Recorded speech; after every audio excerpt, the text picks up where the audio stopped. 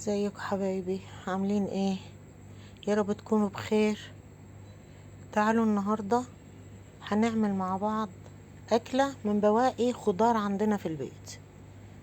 يعني مكوناتنا كلها بسيطه، وعندنا في التلاجة هتلاقوا كل اللي عندكم ده. معانا هنا الاكله دي اللي هي التورلي. معانا بصل، ومعانا بطاطس، ومعانا كوسه، وجزر، وفلفل، وحبه بتنجان.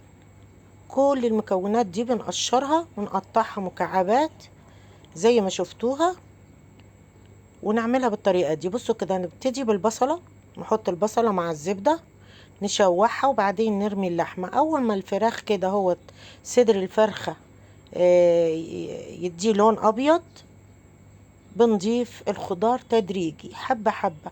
أولا بنبتدي بالفلفل، يعني مش بنفس النظام، بس عادي عشان الفلفل هيديله طبعا طعم حلو. فنسيب صدور الفراخ تتشرب من البصل، ونرميه شوية شوية بواقي الخضار اللي عندنا، ونفضل نقلب لغاية ما كل الخضار بينزل ميته يشرب مع بعض.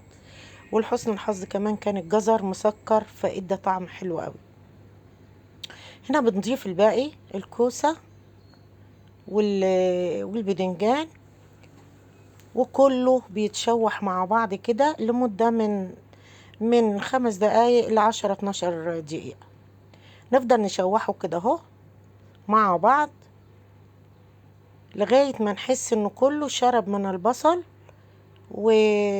والطعم كده بالبصل، لان هي اللي بتديله طعم حلو بصراحة.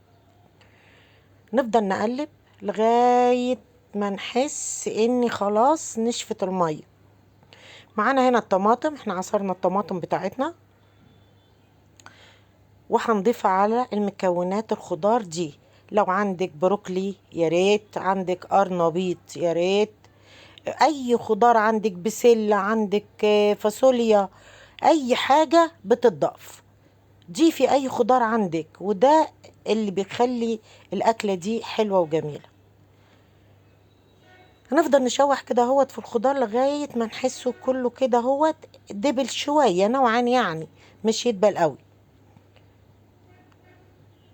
كده اهو. نديله تقلبتين حلوين، نكون مجهزين معانا كمان الصينية بتاعتنا اللي هنحطها في الفرن نجهزها. انا مجهزة عندي بايركس، هنحط فيه كمية الخضار بتاعنا بعد ما نضيف الصلصة ونضيف البهارات بتاعتنا اللي هي بتكون حاجات بسيطة. دي الصلصة اللي انا ضربتها، وكانت معاها كمان حبة بنجر عشان يدي لون حلو للطماطم لو كان لونها فاتحة. بس كده بنضيف هنا معانا 2 مرقة، عندنا فلفل اسود، كمان معانا معلقة كاري وبابريكا، دي بابريكا، وكمان نص معلقة كاري.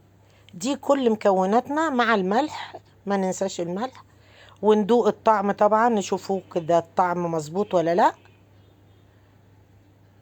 نسيبه يغلي شوية على النار عشان لما نحطه في الفرن ما يقعدش كتير. احنا استنينا اما غلى اهو، خد له غلوة. هنضيفه حبة حبة في الصينية بتاعتنا وندخلها على فرن تكون 180، تاخد وش بس كده، وبعدين كله يكون استوى. وبالهنا والشفا. ادي الصينية بتاعتنا بقت مليانة اهو، كبيرة اهو، حلوة تنفع للعزومات يا جماعة، مع طبق رز بالشعرية وبألف هنا والشفا. الصينية ما كانتش مكفية، انا ضفت الباقي في طاجن صغير من الفخار، وهنحطهم في الفرن مع طبق شعرية، رز بالشعرية. وكده معانا احلى تورلي تاكلوه بألف هنا وشفا.